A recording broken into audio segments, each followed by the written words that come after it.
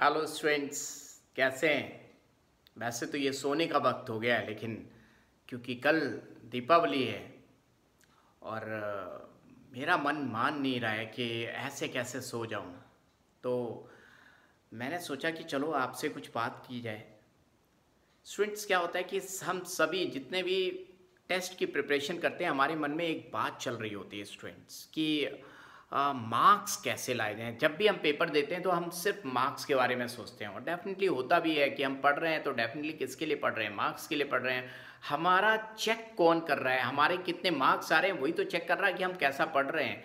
तो स्टूडेंट्स, क्या होता है कि क्या पॉसिबिलिटी, मुझसे बहुत सारे स्टूडेंट्स ने कहा कि सर टाइम मैनेजमेंट बताइए, कैसे पेपर किया जाए। तो स्टूडेंट्स, मैं आज आपको बता रहा हूँ, क्योंकि पता नहीं कब वक्त मिलेगा, क्योंकि वक्त तो मिलता नहीं है और आगे 2 दिन की छुट्टियां हैं। उन छुट्टियों की खुशी में आज की रात का वक्त मैं बहुत अच्छा फील कर रहा हूँ। मुझे किसी से मतलब नहीं है, क्योंकि अपने आप में खुश रहना बहुत बड़ी चीज़ है, अपने आप से टाइम मैनेजमेंट ना। उसी स्टूडेंट्स, मैं मुद्दे पे आता हूँ कि मान लीजिए एक बच्चा ये मान के चल रहा है कि मुझसे 2-4 क्वेश्चन तो गलत होंगे, क्योंकि मैं ऐसा ही हूँ, मुझसे 2-4 क्वेश्चन गलत होते हैं, मैं इस टाइप का ही स्टूडेंट हूँ।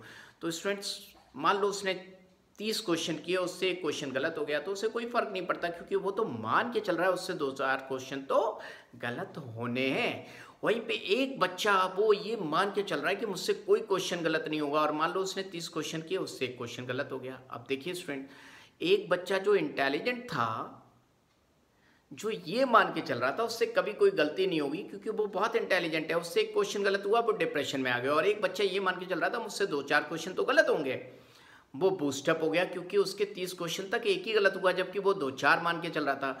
तो ऐसे करते करते करते करते सारा मामला उन 3 घंटों का है कि उन 3 घंटों में जब पेपर दे रहे हैं तो कौन कितना अपने आप को मोटिवेट कर रहा है। सेल्फ मोटिवेशन इज मस्ट, बेटा याद रखिएगा।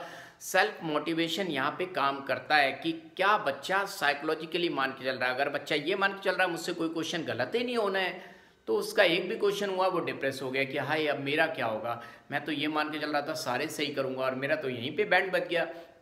और एक बच्चा ये मान के चल रहा था मुझसे तो यार 2-4 क्वेश्चन गलत होंगे क्योंकि मैं ठीक हूँ, पढ़ता हूँ, लेकिन ऐसा होता है, ह्यूमन साइकोलॉजी है यार, एक आध क्वेश्चन तो गलत हो ही जाते हैं यार, क्या करें यार, इसमें क्या कर सकते हैं। तो उसका एनर्जी लेवल हाई होगा और वो बच्चा अपने आप को डिप्रेस नहीं मान रहा होगा, क्योंकि होगा ही नहीं, अंतरात्मा से नहीं होगा। ये सारा मामला सिखाने का नहीं है, सारा मामला सीखने का है कि हम किस तरह से पेपर देते हैं। अब बात ये तो चलो ख़त्म हो गया एपिसोड, दूसरा एपिसोड कि हम क्वेश्चन जब करते हैं, हम पेपर जब करते हैं तो हमें कैसे करना चाहिए। सी स्टूडेंट्स, फंडा ये कि अगर आप नीट का पेपर दे रहे हो तो सबसे पहले बायो करो। क्यों? बायो में आता है तो आता है, नहीं आता तो नहीं आता, दैट्स ऑल। इसमें कोई न्यूमेरिकल तो है नहीं कि हम ये सॉल्व करेंगे वो सॉल्व करेंगे, क्वेश्चन में फंस गए या नहीं फंसे। तो बहुत ही जल्दी 40 मिनट में 45 मिनट में आप बायो का पेपर निपटा देंगे। उसके बाद केमिस्ट्री। अब कोई बच्चा कहता है सर मेरी तो फिजिक्स बहुत अच्छी है, बायो मेरी अच्छी नहीं है। तो भैया क्या यार, ऐसी तुम बेवकूफ़ी जैसी बात कर रहे हो कि तुम्हारी फिजिक्स बहुत अच्छी है, तुम बेवकूफ़ हो। क्यों? मेडिकल की तैयारी करने निकले हो तो आपकी बायो स्ट्रांग नहीं है तो स्ट्रांग होनी चाहिए। आपकी बायो इतनी स्ट्रांग होनी चाहिए कि आप कहो कि नहीं मुझसे एक भी क्वेश्चन गलत नहीं हो सकता, मेरी बायो इतनी स्ट्रांग है, तब तो फायदा है, नहीं तो फायदा किस बात का यार है। क्या बात मेरी समझ रहे हो? बायो आपकी बहुत स्ट्रांग होनी चाहिए और सबसे पहले बायो ही करनी चाहिए, फिर केमिस्ट्री, फिर फिजिक्स। इसका फंडा क्या है? बायो में आता है तो आता है, नहीं आता तो नहीं आता। आपने ठीक से पढ़ा तो आता है, नहीं पढ़ा ठीक से तो नहीं आता। फिर उसके बाद केमिस्ट्री। केमिस्ट्री में बहुत सारी चीज़ें, न्यूमेरिकल पोर्शन बहुत ज़्यादा नहीं आता, आता है। लेकिन फिजिक्स में क्या होता है, अगर किसी बच्चे ने मान लीजिए फिजिक्स करनी स्टार्ट की कि मेरी फिजिक्स बहुत स्ट्रांग है, मैं फिजिक्स से स्टार्ट करूँगा, और फिजिक्स के किसी 2 क्वेश्चन में फंस गया, अब वो मानेगा ही नहीं कि मैं यार आगे बढ़ूँ, क्योंकि उसको तो आती है, वो तो ये मान के चल रहा मुझे फिजिक्स बहुत अच्छे से आती है, मैंने फिजिक्स बहुत अच्छे से पढ़ी है। तो वो क्या करेगा? ट्राई करता रहेगा करता रहेगा करता रहेगा और फंसा रहेगा, टाइम वेस्ट होता रहेगा होता रहेगा होता रहेगा।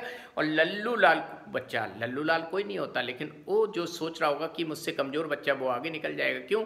आगे के क्वेश्चन बहुत आसान थे और तुम तो एक टफ क्वेश्चन में फंस गए। तो ऐसे क्वेश्चन में डबल क्रॉस लगाएं, भैया हमसे नहीं होगा, आगे बढ़ें। या आपको लगता है कि वक्त मिलेगा तो आप कर लेंगे तो सिंगल क्रॉस लगाएं और आधा घंटा बचा है, आप फिर से वापस आएँ उस क्वेश्चन पे एंड देन डू इट। आपका सिलेक्शन तो पहले ही हो चुका है, आपका कॉन्फिडेंस लेवल कह रहा कि यार आई गॉट सेलेक्टेड। आप खुशी मन से करोगे तो जो क्वेश्चन नहीं हो रहा था वो भी क्वेश्चन हो जाएगा। क्या आप मेरी बात समझ रहे हो? उन 3 घंटों का खेल है क्या आप समझ गए उन 3 घंटों में आप कितना अपने आप को बूस्टअप कर ले रहे हो, उसी से सिलेक्शन होना है। ये आपका सेल्फ कॉन्फिडेंस है कि आप कैसे उसको बढ़ा सकते हो, कैसे घटा सकते हो। तो हमेशा ये मान के चलो 2-4 क्वेश्चन तो मुझसे गलत होंगे। हो सकता है 2-4 क्वेश्चन गलत मानने वाला बच्चा, उससे एक भी क्वेश्चन गलत नहीं तो उसका तो एनर्जी लेवल बूस्टअप होता रहेगा, और हो सकता है उससे एक भी क्वेश्चन गलत नहीं हो। यही 2 बच्चे थे।